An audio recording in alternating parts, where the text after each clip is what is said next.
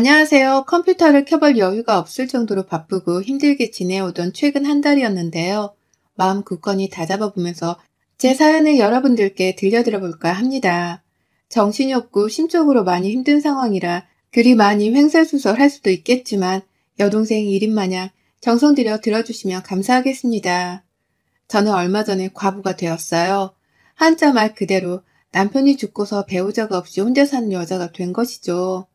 아주 어릴 적에 남편을 여윈 청산과부는 아니고요. 다행히 제 나이는 올해 44이랍니다. 남편하고는 27에 결혼을 해서 17년 함께 살았어요. 함께 살다 보니 결혼하기 전처럼 매일이 설레고 좋은 점만 있는 건 분명 아니었답니다. 남편이랑은 치고받고 싸우지만 않았을 뿐 늘상 전쟁을 치르는 듯이 살았었고요. 저는 워낙 빠릿빠릿 성격이 급한 편인데 남편은 세우라 내워라 서두르지 않고 사는 성격이었는지라 정반대의 서로가 늘상 부딪히는 편이었어요. 주로 화를 내거나 신경질을 부리는 것은 저였고 성격대로 사는 것뿐이었던 남편을 보면서 으르렁거리며 그러지 말라 사는 것 또한 바로 저였습니다. 같이 부부로 살면서 저희가 딸 자식만 둘을 뒀는데 애들을 처음 낳았을 때도 걱정을 하기는 했으나 점점 더 애들 머리가 크고 나서부턴 돈 들어갈 게 정말 한둘이 아니더라고요. 애들 친구들이랑 놀게 해주느라고 엄마들 사이에 껴서 사람도 사귀어야 했고 여기저기 남들이 키우는 것만큼 키워보겠다고 애한테 좋다는 곳들은 여행이든 현장학습이든 찾아가곤 했습니다. 그러려면 하나같이 다 돈이 필요했고요. 그 돈은 늘상 남편에게서 찾았었네요. 저 또한 막내가 7살이 될 때까지는 남편이랑 함께 맞벌이로 살면서 돈을 벌어왔는지라 회사 다니는 것이 얼마나 힘들고 또 스트레스가 쌓이는지를 잘 알고 있었거든요. 하지만 막상 일을 그만두고서 주부가 된 후로는 뭐가 그리 답답했었는지 남편에게 돈을 더 벌어오라고 제때 승진을 해서 아이들을 좀 보란듯이 당당히 키워보자며 늘 보챘답니다. 그런 저의 말에는 씁쓸하게 웃어 보이며 그게 어디 말처럼 쉽냐고 묻던 제 남편이었죠.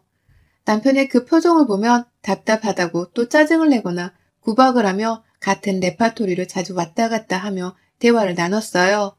그런데 말이죠. 참 좋은 게 없어 보이는 사이이긴 해도 저희는 부부였습니다. 같이 피를 나눈 자식을 둘이나 가지고 있는 부부였습니다. 서로 싸우고 지지고 볶아도 결국 내 남편은 저의 가장 가까이에 있는 사람이었어요. 미워도 늘 따뜻한 밥을 차려주고 출근하러 나가는 뒷모습이 너무 힘들어 보여 안아주기도 하던 저였습니다. 남편한테 부담이 될까 싶어서 저한테는 돈 한 푼을 쓰지도 않은 채 아껴 쓰기도 했고 이 글 한 편에 다 담을 수는 없지만 저희 부부는 서로를 많이 의지하면서 살았어요.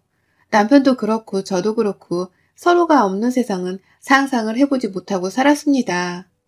죽기 살기로 싸운 후에도 잠들기 전에는 같은 침대 위에서 늘 미안하다 고맙다 하면서 꼭 안아주던 우리였는데 남편이 갑자기 죽어버렸어요. 원인은 교통사고였고요. 마지막 인사도 건네지 못했습니다. 그건 저희 딸들도 마찬가지였고요. 한순간에 멀쩡한 가정이 산산조각이 나버렸고 저는 할 수 있는 것이 아무것도 없었어요. 내 남편이 죽었다는 사실이 믿기지 않아서 거의 며칠을 멍만 때리고 있었던 것 같습니다. 그 바람에 친정 식구들이 저를 도와 제 딸들을 대신 돌봐주고 식사도 챙겨주며 정말 난리도 아니었죠. 저희 언니가 아예 애들을 데리고 자기 집에 가서 며칠 동안 재우며 학교에 보내기도 했었습니다. 저는 친정엄마가 정신 차리고 빨리 애들 생각을 하라며 다그치는 바람에 겨우 일주일 정도가 지나고 나서야 온전히 아이들의 엄마로 돌아온 것 같아요. 남편 사고 보상금에 보험금, 그리고 사망 후 퇴직금까지 들어온 돈은 꽤 되었지만 아이들 시집까지 보내는 데에 쓸 돈을 생각하면 턱없이 부족했습니다. 그래서 열심히 일자리를 알아보면서 저 스스로 빨리 돈을 벌어보려고 엄청 노력을 했는데 요즘 코로나 때문에 청년들 실업률도 높다고 하더니 저 같은 아줌마는 어디 이력서 한 장도 제대로 넣기가 힘들더라고요. 경력 단절이 너무 오래되어 제대로 된 사무직에서 일을 할 수도 없었습니다. 그러니 진작에 사무자리는 포기를 한 채 또 열심히 저 같은 사람을 받아주는 식당 알바라도 해보겠다며 여기저기 다녔어요. 그러다 겨우 운이 좋게 파트타임 일자리 하나를 구해서는 저녁에만 몇 시간 일을 하며 푼돈이라도 벌기 시작했고요. 아직 월급도 받지 않았을 만큼 시작한 지 얼마 되지 않은 초짜백입니다. 그런데 이렇게 바쁘게 변한 상황을 인지하면서 살아가고 있는 저의 정신이 요즘 들어 확 깨곤 하네요. 뭐에 쫓기듯이 일을 하러 가고 집에 와서는 아이들을 돌보고 주변 사람들의 안부 전화를 받으면서 보통처럼 잘 살아보겠다고 애를 쓰고 있었는데 이런 저한테 시누이가 망치로 머리를 때리듯 번쩍 정신이 살아나게 해주더라고요. 뻔뻔한 막말을 쏟아내면서 말이죠. 저희 시누이로 말할 것 같으면 저희 남편을 아주 쏙 빼닮은 남편의 누나입니다. 단 성격은 아주 정반대였죠. 약간 저랑 비슷하고 성격이 급한 편이고 성질도 자주 부리는 편인데 그 화를 저한테도 참 쉽사리 내더라고요. 저는 윗사람이라고 형님을 좀 배려하고 존중하려 하는 편이었다면 형님은 전혀 그런 기미가 없으셨어요. 오히려 아랫사람이라고 절 참 함부로 대하는 분이셨답니다. 결혼하고서 신혼집을 들어가니 자기 방을 하나 만들어 놓으라는 이상한 소리를 하더라고요. 자기 식구나 가족들이 저희 집으로 왔을 때 숙박을 할 수 있도록 여분의 방을 만들어 두라면서요. 뭐하러 내 집에 와서 하룻밤까지 자려고 하나 싶어 의아하더군요. 다 같이 서울에 사는 마당에 집까지 가는 거리가 귀찮아서 저러는 건가 싶어 황당하기도 했습니다. 하지만 좀 더 형님을 겪어보고 난 후에야 알 수 있었어요. 형님이 저희 집에 자기 방을 만들어 놓으라고 했던 이유는 정작 자신 때문이 아닌 바로 시어머니 때문이었죠. 저희 어머님께서는 그 당시 이미 저와 같은 과부셨습니다. 시아버지가 쥐병으로 먼저 세상을 떠나신 상태였고 그래서 혼자 살고 계셨죠. 집은 다 같이 서울에 있었고요. 그런데 형님은 허구한 날 시어머니를 저희 집으로 보내더라고요. 저희 두 아이들의 생일날에도 축하를 해주라면서 어머님을 저희 집으로 데리고 왔는데 집으로 갈 때에는 어머님을 데려가질 않더라고요. 그냥 어머님께는 오늘 여기서 자고 가. 엄마 방도 있겠다. 라고 하면서 어머님을 하룻밤 묵고 가게 하려는 말을 서슴찮게 했어요. 그냥 명령하듯 그 말을 뱉어냈죠. 그러면 저는 당연히 거절하지 못한 채 어머님 하루 주무시고 내일 가세요. 라고 하면서 형님 말에 마지못해 수긍을 하는 척 했고요. 시어머니께서는 또 눈치 없이 그런 저의 말에 응답을 하며 알겠다고 누울 자리를 깔으셨고요. 그런 식의 애기치 못했던 어머님의 하룻밤 묵기는 계속되었습니다. 다 형님이 옆에서 명령하듯 제안을 하신 바람에 어머님이 주무시고 가셨고요. 제가 일을 그만두고 주부가 되면서부터는 형님에 의해서 시어머니가 저희 집을 찾아오는 일이 더욱 잦아졌어요. 형님은 이제 주부니까 일도 없고 심심할 것 같아서 엄마도 며느리랑 같이 있으면 적적해 하지 않으실 거고 라고 하면서 시어머니를 툭 던지듯 데려오셨고 그렇게 찾아와서는 자신도 덩달아 저에게서 대접을 받곤 하셨답니다. 참 어울리기 싫은 존재였는데 자꾸만 집에 시어머니랑 같이 찾아와서는 참 시덥지 않은 소리들을 자주 하셨죠. 이를테면 이렇게 자주 보고 살 거면 그냥 차라리 시어머니를 데리고 사는 게 어떠냐 하면서 합가에 대해서 떠본다거나 시어머니랑 살면 뭐가 좋은지에 대해 나열을 하면서 합가를 그냥 하라고 실실 웃으며 보채는 것이었죠. 그래서 제가 혼자 잘 살고 계시는데 뭐하러 같이 살면서 불편해해야 하겠어요? 라고 하며 거절 비슷한 뉘앙스라도 풍기면 형님은 너 그렇게 안 봤는데 생각보다 매정한 면이 있구나 라고 하면서 절 마치 세상에서 가장 피도 눈물도 없는 차가운 며느리 마냥 취급을 하셨답니다. 제가 원하는 말은 그런 게 아니었고 함부로 합가 얘기를 꺼내서 미안하다고 하는 말들이었는데 형님의 입에서는 그런 말들을 전혀 기대할 수가 없었습니다. 그런 식으로 저에게 듣기 좋은 말을 해주실 분도 아니고 저를 배려해 주시는 분도 아니었거든요. 그렇게 바라는 것 하나 없었던 형님이셨는데 제 남편이 죽고 난 후에 뵌 형님은 제게 더욱 가혹하게 구셨답니다. 애초에 기대할 것이 없어서 실망할 것도 없었지만 진짜 형님은 사람 됨됨이부터 글러먹었더라고요. 남편이 죽었다고 연락을 받았던 날 마지막 순간을 보지도 못한 채 떠난 거라서 저는 울음조차 나오질 않았습니다. 그냥 자꾸 현실 부정을 하면서 속으로 너무나 큰 충격을 받았는지라 제대로 된 생각이라는 것 자체를 할 수 있는 상태가 아니었어요. 그런데 형님은 저마다 슬픔을 표현하는 방식이 다른 건데도 불구하고 그런 저한테 넌 울지도 않니? 억지로라도 좀 울어봐. 네 남편이 죽었는데 내가 너보다 더 운다는 게 말이 돼? 라고 하면서 장례식장에서 저에게 혼을 내셨어요. 울지 않는다는 이유로 고인의 부인이 제게 화를 내신 겁니다. 그 바람에 우리 큰딸은 그간에도 늘상 저를 괴롭히더니만 아빠 죽은 날에도 우리 엄마를 괴롭히려 하냐면서 엉엉 울며 지 고모한테 나가라 소리를 지르고, 장례식장은 제 딸과 신우이의 이 어처구니 없는 말싸움 때문에 오만 조문객들의 눈소리를 받았고요. 저는 저대로 형님이 뭐라 짓거리던 딸이 뭐라고 울부짖던 아무것도 들리지 않았기 때문에 그냥 멍만 때리고 있었어요. 나중에야 제정신으로 돌아오고 나서야 신우이 한 말들이 다 기억이 나면서 우라통이 치밀어 오르더라고요. 그래서 계속해서 벼르고 또 곱씹으며 신우이를 원망하고 있었는데요. 어째 한 번을 저희 집에 찾아와서는 제 아이들을 챙겨주려 하거나 제 상태가 어떤지에 대해서 걱정하지도 않더니만 제가 정신 차리고서 일자리를 구하겠다며 여기저기 발품 팔고 다니고 있던 그 힘든 시기에 신우이한테서 처음으로 연락이 왔어요. 남편이 죽고 난 후에는 처음으로 온 연락이었죠. 웬일로 연락을 했나 싶었습니다. 저 힘들 때 도움 한 번 안 주려고 하던 매정한 여자였는데 남편까지 죽은 마당에 나랑 뭐 볼 일이 있어서 연락을 한 건가 싶었어요. 설마 내 남편 죽고 나서 받은 사망보험금 뭐 그런 걸 달라고 하는 막장극을 펼치려고 하는 건 아닐까 싶어서 마음 단단히 먹고 전화를 받았는데 형님이 여보세요? 라고 하는 제 목소리 그 한마디를 듣자마자 그러더라고요. 목소리 들어보니 엄청 살만한가 보네. 우리 지금 니네 집 가니까 기다리고 있어. 라고 말입니다. 그러더니만 진짜로 집에 왔어요. 시어머니를 데리고서 말입니다. 못 올 것은 아니지만 너무 당당히 들어와서는 과부된 제 손에 밥을 얻어먹겠다고 밥을 차려달라 하는 신우이와 시어머니는 너무 역겨웠어요. 그것도 모자라 신우이는 또다시 시어머니를 저희 집에 두고 가려 하면서 그러시더라고요. 엄마, 오랜만에 여기서 자고 가. 엄마 집이나 다름없는데 뭐. 라고 말이죠. 그러니 시어머니는 그래, 니만 슬프냐? 나도 내 아들 잃고서 지금 사는 게 아니다. 우리라도 같이 지내면서 이 슬픔을 이겨내야지. 라고 하시면서 조용히 방으로 들어가셨어요. 어머님도 아들 잃고서 정말 많이 힘들어하셨는데 그럼에도 제 집에서 저의 허락은 제대로 받을 생각도 하지 않으신 채 아주 당당히 구셨죠. 이게 절대로 올바르게 돌아가고 있는 게 아니었음에도 불구하고 신우이는 너무나 당연하게 시어머니를 제게 맡기려고 했습니다.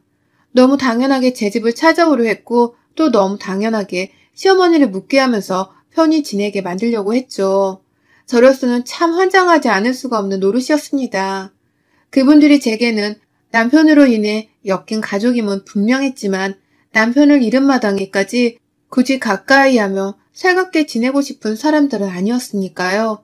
자꾸 보면 남편이 생각나 저로서는 힘들기 마찬가지였고 또 돈 벌어보겠다고 식당 알바까지 하러 나가는 마당에 시어머니랑 형님이 무턱대고 찾아와 잠까지 자려 하면 신경 써야 하는 것이 너무 많았습니다.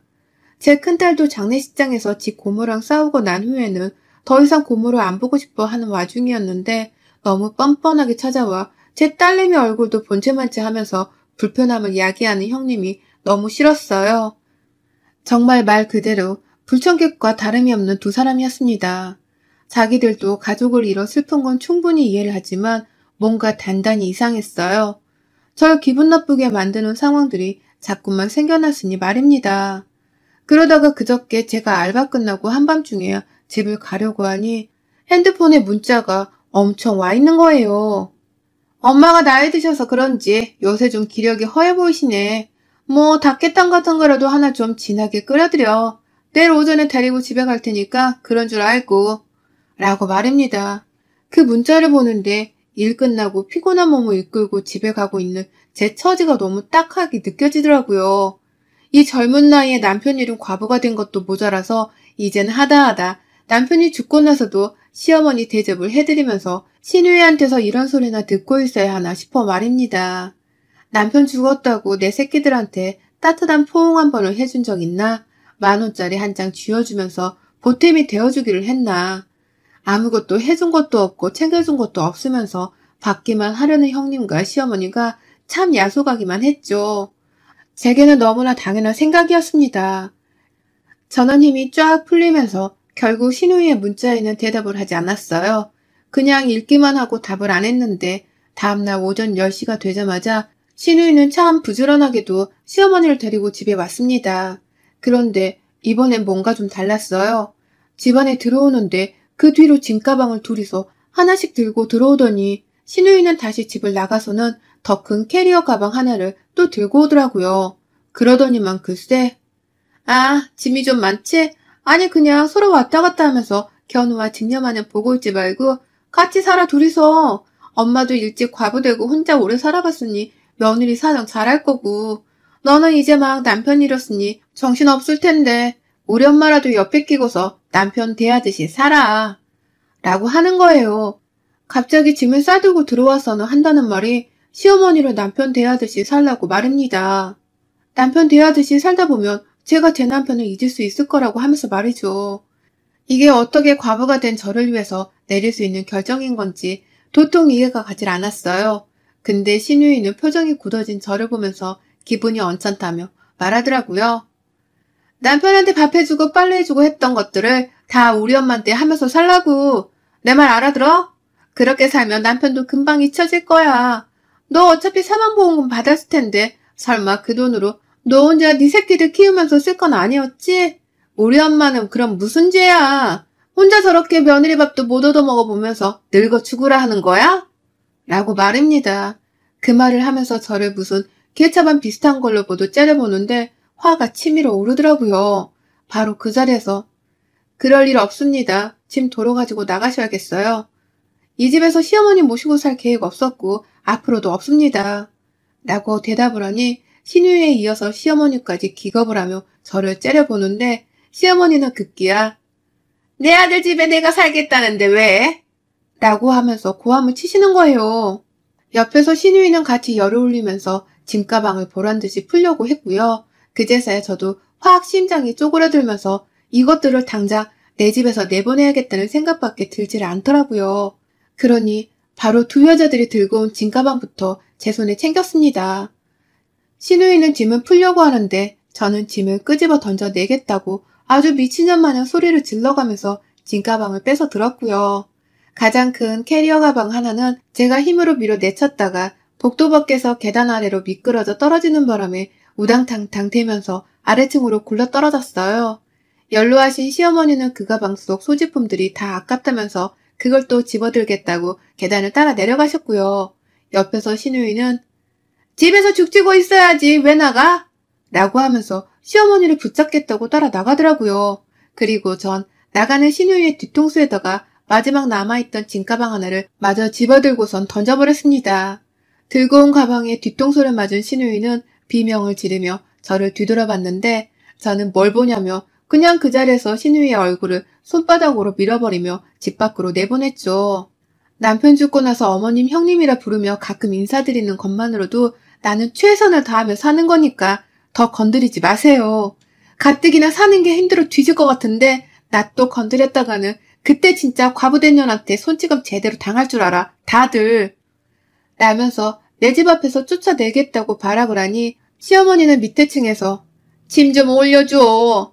라며 난리를 피우고 있고 신우이는 신우이대로 저한테 등 떠밀려 쫓겨난다고 죽는 소리를 해대며 정신을 못 차리고 있고 총체적인 난국과도 다름이 없었습니다. 남편을 잃은 후로 웬만한 사건 사고들은 다 일도 아니라 느껴질 줄 알았는데 시어머니랑 신우이 하는 짓거리를 보니 혼이 다 쏙 빠졌어요. 그러니 그냥 문 닫고 귀를 막아버렸고요. 밖에서 한참 캐리어 끌고 계단을 올라오느라 낑낑거리는 소리를 해대다가 이웃집에서 조용히 하라고 항의하며 나오신 바람에 두 사람은 망신이라며 입을 꾹 다물곤 금세 사라졌어요. 시어머니는 그래도 나이가 있으셔서 그런지 난리쳐서 미안하다고 문자를 보내오셨으나 저는 신우이의 사과를 기다릴 거고 합과는 여전히 없는 일이라며 못을 박았습니다. 그러니 시어머니도 신우이의 사과를 받게 해주려고 하시는 건지 지금까지 깜깜 무소식이네요. 이게 바로 그저께 있었던 일이었고요. 전 그날 후 이제는 시어머니나 형님이 없다고 생각을 하면서 살기로 했습니다. 내 남편 살아있을 적부터 윗사람같이 굴지 않던 사람들인데 그나마 남편 잃고서도 가족 대접을 해주며 가끔 인사를 하고 살려 했더니만 이렇게 막무가내로 시누이가 자기 엄마를 저한테 모시라고 할 줄은 정말 상상도 못했네요. 내 남편 사망보험을 가지고서 시어머니를 모시게 되면 이래나 저래나 자신이 짊어져야 할 짐이 줄어드는 것이었으니 좋았겠죠. 그러니 저한테 그런 부탁을 뻔뻔하게 했었을 테고요. 하지만 어쩌나요? 전 절대로 시어머니를 바보처럼 꿈쩍 않고 모실 생각이 없는걸요. 나 하나 애들 키우며 사는 것도 힘들어 죽을라는데 어딜 감히 시어머니가 내 집구석에 들어와서는 누울 자리를 뻗으려 하는 건지. 가만히 손 놓고 내 손에 호강받으면서 사는 꼴을 절대로 두고만 보진 않을 겁니다. 그 덕에 심어모실 걱정 한번 하지를 않고서는 자기만 편하게 살려 한 시누이 꼴도 절대로 그냥 두고 보진 않을 거고요. 전 절대로 어머님이랑 합가 안 합니다. 시누이의 뻔뻔함 때문이라도 더더욱 두 사람은 호락호락 내 집에 들이지 않을 거라고요. 여러분의 생각은 댓글로 남겨주세요. 오늘도 시청해주셔서 정말 감사합니다.